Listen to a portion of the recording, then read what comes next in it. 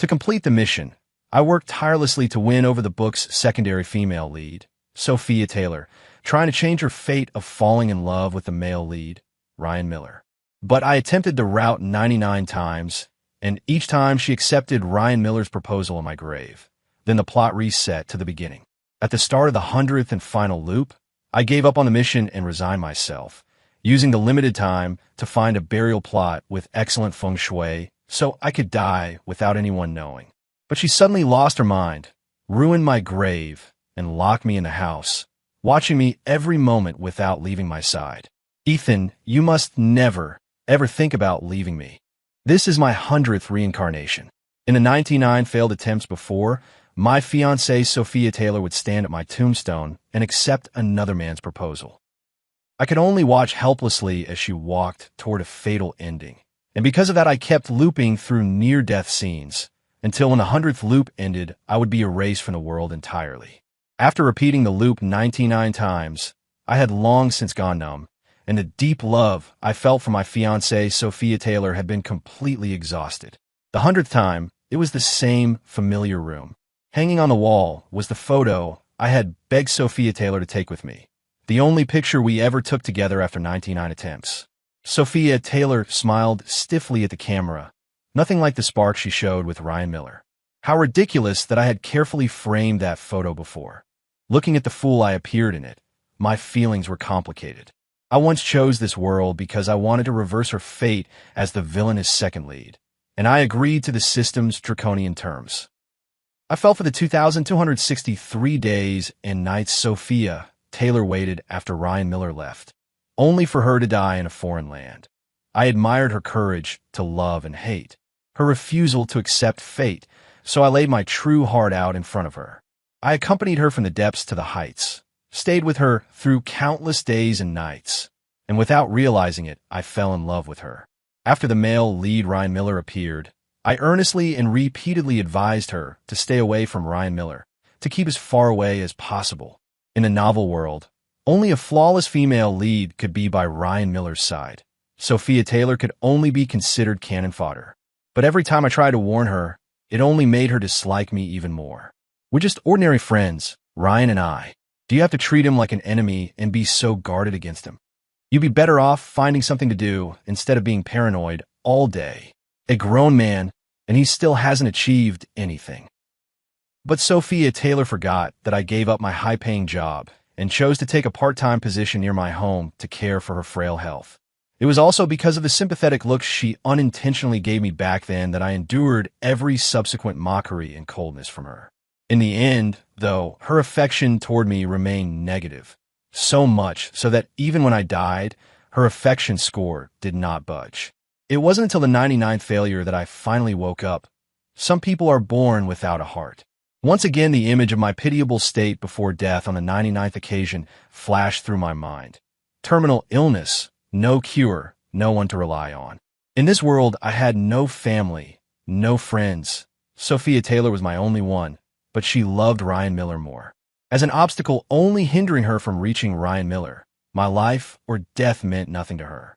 Anyway, no matter the outcome, I was destined to die. Since that was the case, I might as well make myself more comfortable before I went. Once I made up my mind, I began packing my things. Although this was mine Sophia Taylor's home, there were only a handful of items that actually belonged to me. A small suitcase and a backpack. That was all I owned. I stared at a cardboard box on top of the wardrobe, feeling like I'd forgotten something. The box was covered in dust, clearly unopened for a long time. When I opened it, what met my eyes was a physical limited edition album by a singer and 2 concert tickets that were long past their date. The album was from Sophia Taylor's favorite foreign singer and even bore his signature, but the tickets had been torn to pieces and the album had scratches. My mind went blank for a while before I registered what it was. This was a birthday gift I had wanted to give Sophia Taylor a long time ago. For it, I'd spent 13 hours in economy class and stayed 3 days in a war-torn, foreign-speaking country, barely managing to snatch up the concert tickets and the limited album. But when I came home, full of happiness with the album and tickets, intending to ask Sophia Taylor out, she had already invited Ryan Miller. I never got to give her the tickets or the album because Ryan Miller refused her. And when Sophia Taylor saw what I was holding, she went crazy, lunged at me, and tore my gesture to pieces. Ethan, are you teasing me? You knew Ryan rejected me, and yet you still wave these things in front of me. This is the outcome you wanted to see. Are you satisfied? Sophia Taylor was lost in her emotions, completely unaware of the mottled blood on my body, the wound caused when I was accidentally shot while trying to return to Sophia Taylor ahead of schedule. Once for her, I would have done anything, even sacrificed my life, but she didn't know any of that. Too much time had passed, the cycle had repeated too many times, and I had long since forgotten these things. I looked at the ticket fragments I had taped back together in my hand, tossed them into the trash, put the house key in the most conspicuous place, and left without looking back. Ethan, where are you going? What I didn't expect was to run into Sophia Taylor downstairs. I doubted my own memory. How could Sophia Taylor suddenly be home? According to the previous timeline, she should be by Ryan Miller's side right now. Ethan, I'm talking to you. Why are you standing there like an idiot? Sophia Taylor is a wealthy heiress who has never been ignored like this before. Seeing me stare at her in a daze, her eyes were full of impatience, with a barely noticeable fluster. Would she be panicked because I was leaving? I tightened my hand on the suitcase. The words I planned to say about parting simply wouldn't come out. Even after suffering 99 grievous wounds, I still couldn't calmly let go of my love for her. After a moment of silence, I suddenly wanted to fight for one last chance for myself. Sophia, if I'm about to die, would you stay with me for a few days at the end? The courage I had mustered once more was doused again by Sophia's cold response. Ethan, are you sick? How can someone like you die so easily? I don't have time to play this boring game with you. If you have nothing serious to do, get out of the way. I'm going home to get something for Ryan. She said that, pushed me aside, and went back inside. So it wasn't that she panicked because she had seen me about to leave. She was just in a hurry to get something for Ryan Miller. I gave a wry smile, grabbed my suitcase, and walked away. I dragged my suitcase and wandered aimlessly down the street. To save trouble back then, Sophia Taylor and I had a hurried wedding. So rushed, we didn't even get a marriage certificate. I had regretted that more than once, but now I only felt relieved. To celebrate my regained freedom, I booked a red-eye flight to San Francisco, the city farthest from Sophia Taylor and Ryan Miller. I just wanted to spend the rest of my fractured life here in peace. The plane flew for a long time, and my body had already begun to fail me, so I could hardly keep going. As soon as I reached the hotel, I fell into a deep sleep. When I opened my eyes again, it was already the next afternoon, and my phone had over 50 missed calls, all from Sophia Taylor. Since I had already decided to separate, I might as well make it clear over the phone. She wouldn't come after me anyway, and I no longer had enough dollars to go find her. Maybe she'd be happy I left so abruptly. After all, in Sophia Taylor's mind, it was never marriage that bound her, but responsibility. Now that responsibility is gone, nothing will stand in the way of her confessing to Ryan Miller. But what surprised me was that the moment the call connected, I was met with a barrage of accusations from Sophia Taylor. Ethan, what on earth are you doing? You haven't answered my calls all night. Besides disappearing, what else do you do? Her voice was full of anger, a little hoarse. I didn't reply. I was about to say I didn't disappear when Sophia Taylor cut me off. Where are you right now? Her tone carried a few traces of forcefulness. I took a deep breath and decided to make things clear. Sophia, we're over. There was a pause on the other end of the line, then her rapid breathing. What do you mean? Her voice grew a little shaky. I mean, I'm leaving of my own free will, and I won't be coming back anymore. Go to Ryan. Ethan, can you stop acting like a child? You're an adult. Are you still going to play at running away from home? There was a hint of contempt in Sophia Taylor's tone, as if mocking my immaturity. I'm not throwing a tantrum, Sophia. I try to keep my voice steady. I'm tired, really tired. I need a rest. I need a place without you. Are you threatening me? Her voice carried a trace of disbelief. This isn't a threat. It's a notice, and it's my decision. I replied, though my heart was bitter. I want to live for myself once. You? Sophia Taylor seemed about to say more, but I no longer wanted to listen. Goodbye, Sophia. I didn't give her any time to answer. I hung up the phone immediately and then turned it off. I didn't want to repeat the same mistake for the 100th time. I only wanted to spend the rest of my life in a place I liked. For that, I went to dozens of real estate agents and had them pick a grave with good feng shui for me. But for some reason, every time I chose a plot, another mysterious buyer would buy it. Once could be coincidence, but it happened again and again more than 10 times. Even a clay figure has its limits. I forced myself to ignore the stabbing pains coming from my heart. This was the system punishing me. Whenever Sophia Taylor was away from me for a long time, my heart would ache. I used to beg Sophia Taylor to pity me and stay, but every time she would leave me to find Ryan Miller, even though by then Ryan Miller already had the original female leads placed beside him. The reference book beside me was crumpled out of shape from my grip, yet the mysterious buyer still hadn't appeared. And now I sat there like a fool, turning down everything, sitting in the hall for hours. I wasn't without suspicions about Sophia Taylor, but the constant pain in my chest kept reminding me that she was right now wrapped around Ryan Miller's side, with no spare thought for me. I took a deep breath, trying to steady my emotions. As I stood to leave, a familiar voice called out to me. "Ethan, can't you even wait a few hours now?" It was Sophia Taylor. She seemed very unhappy about my leaving early. After all, in the past, I often waited up with her all night. I was also surprised to see her here. What's going on? Shouldn't she be with Ryan Miller right now? I looped a full 100 times. The punishments the system handed down had never been wrong. Although I had many questions, I had already decided to keep my distance from Sophia Taylor and absolutely would not ask anymore. After all, no matter what, my death was a foregone conclusion. Sophia Taylor was a woman I could never win over no matter how I played it. I didn't look at her again and intended to leave. Since she was in San Francisco, I'd go somewhere else. I wasn't about to believe she had come here just for me. But Sophia Taylor was one step ahead of me. She stepped forward, grabbed my wrist, her face full of grief and indignation. "What exactly do you want? Didn't you say before that you'd always stay by my side? Now you're the one saying we should separate. What do you take me for? A toy?" In the past, whenever Sophia Taylor made that expression, I would relent.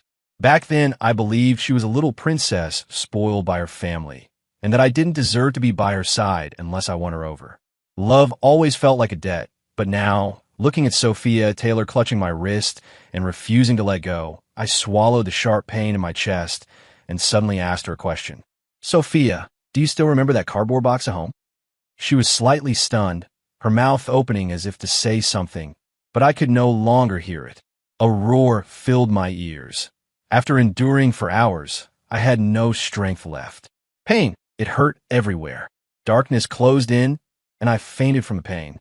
"Ethan," before I closed my eyes, I vaguely thought I saw Sophia Taylor's eyes redden, and I saw her rush forward and catch me as I was about to collapse. The anguish on her face was like someone who had lost the only love of her life. But how could I possibly be the love of her life? I had wooed her 99 times, long since disheartened, and I never expected an ice stone that could not be warmed to suddenly come to life. I don't know how long I was unconscious. When I opened my eyes, there was even a momentary daze, as if everything I had been through was just a dream. But whether it was Sophia Taylor sleeping beside me, or the sharp smell of disinfectant at the tip of my nose, they all reminded me that this was real. The woman I once held on a pedestal had finally stopped because of me. If it were the old me, I would have been delighted by Sophia Taylor's change in attitude. But now all I felt was that she was acting, just like so many times before. I shifted my body gently, trying not to wake her. Sophia Taylor's brow knitted slightly, as if she could not find peace even in sleep. I looked at her, but inside I felt hollow. The me of before would have been stirred by every expression of hers, but now those feelings seemed to have been drained from my body, leaving only numbness and exhaustion. My movement must have been too big. It woke Sophia Taylor.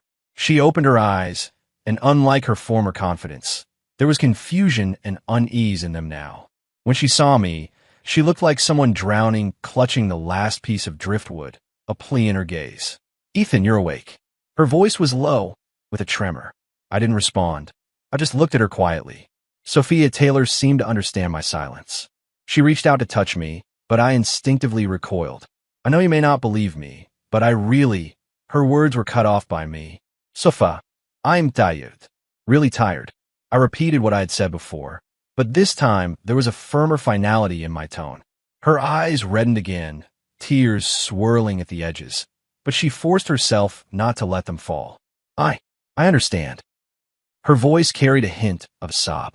I closed my eyes, unwilling to look at her like that any longer. Sophia Taylor was silent for a while. Then I heard her get up and leave. I opened my eyes and stared at the empty room, feeling nothing but bewilderment. I once believed that if I worked hard enough, someday I could touch her heart. But now, I only felt that my own heart, like this vacant room, was utterly empty. Every time she left before, it was to return better and then leave again. I once thought I could change all of that, but reality kept proving how naive I was. What I hadn't expected was that Sophia Taylor didn't abandon me on the spot and walk away like before. When she came back, she was carrying a food container, avoided looking me in the eye, and deliberately dodged any eye contact. You used to cook for me all the time. Today you should try my cooking. Sophia Taylor opened the container. Inside were several side dishes she had made herself. She carefully placed the food on the bedside table, her voice carrying a barely noticeable tremor, as if afraid I'd refuse. I know you might not want to eat, but I still hope you'll try some. I looked at her, feeling a tangle of emotions. There was a time when I had expectations of Sophia Taylor, and for her, I would have thrown caution to the wind. But now, I didn't want to be foolish anymore. I didn't take the chopsticks from Sophia Taylor, nor did I respond to her plea for peace. Sophia, I've told you many times. It's over between us. Just like you said before, I'll leave your side. May you get what you wish for. Ethan, you can't go. Sophia Taylor's voice carried a trace of despair. I didn't turn back, merely replied coolly, Sophia, I'm tired. I don't want to play this game with you anymore.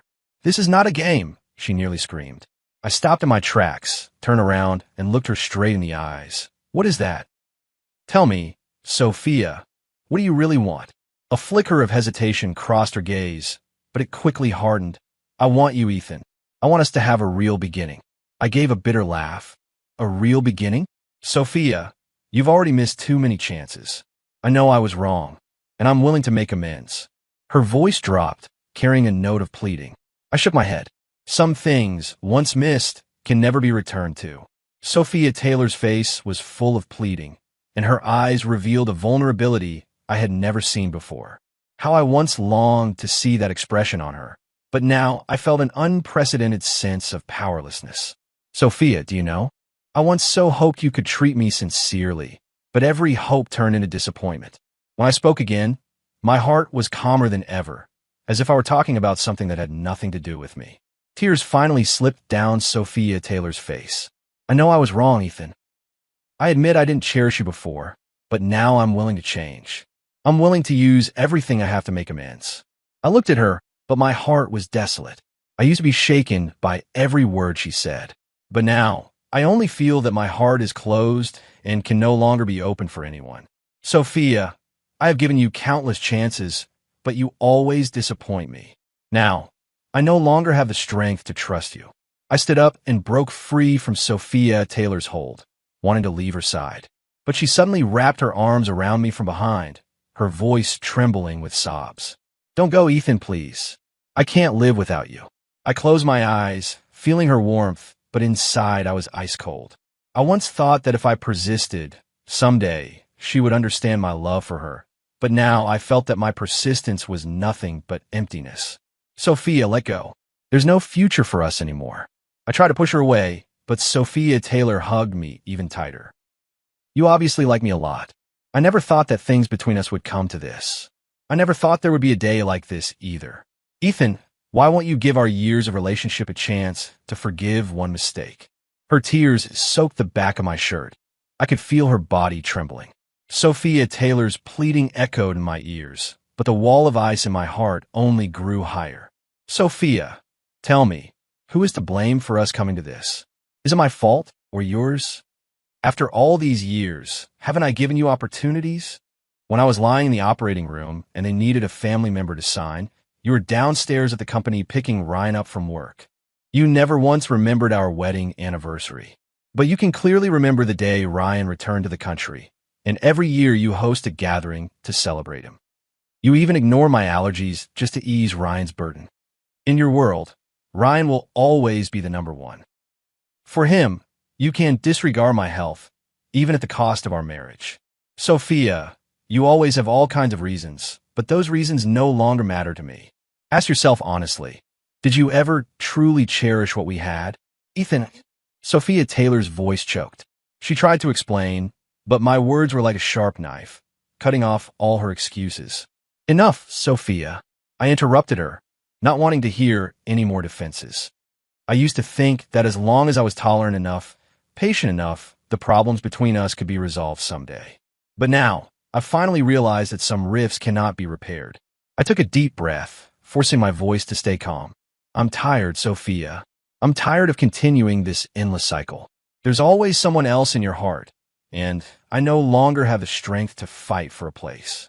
Tears slid silently down Sophia Taylor's face. She finally let go of me and stood there, helpless and alone. Ethan, please don't leave me.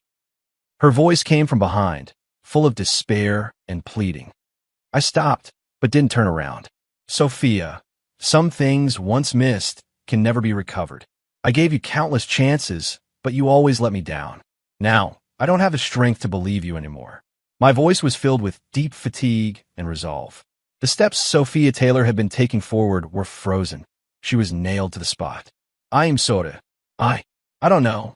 She babbled, trying to apologize, but the debts she'd accumulated before were too many, and she couldn't find any clue.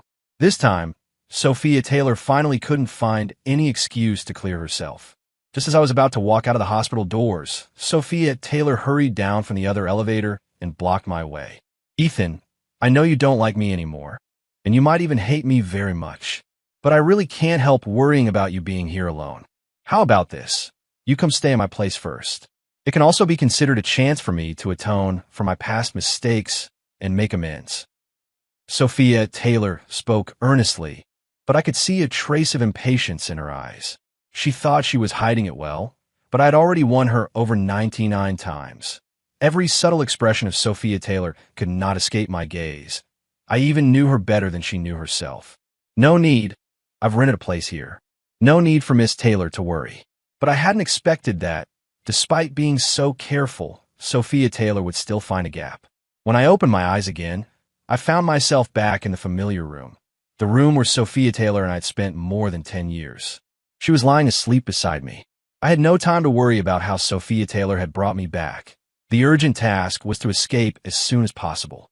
But the moment I moved, Sophia Taylor's hand climbed up to my neck, and her unique fragrance lingered at my nostrils. Ethan, you can't leave. As she moved unconsciously, I realized I was tightly chained to the bed, and at the other end of the chain was Sophia Taylor. Ethan, I told you you can't escape. Ethan, you'll never, ever be able to leave me. Sophia, are you crazy? This is illegal confinement. You'll get arrested for this. But she didn't care what I said, still staring at me obsessively. What are you afraid of? You're not even from this world. A chill ran up my spine. What are you saying? Let go of me at once. The distance between us was far too close. So close that when I struggled, I could feel her breath brushing my skin. Sophia Taylor ignored my words and went on speaking to herself. Stop struggling. Your body is very weak right now.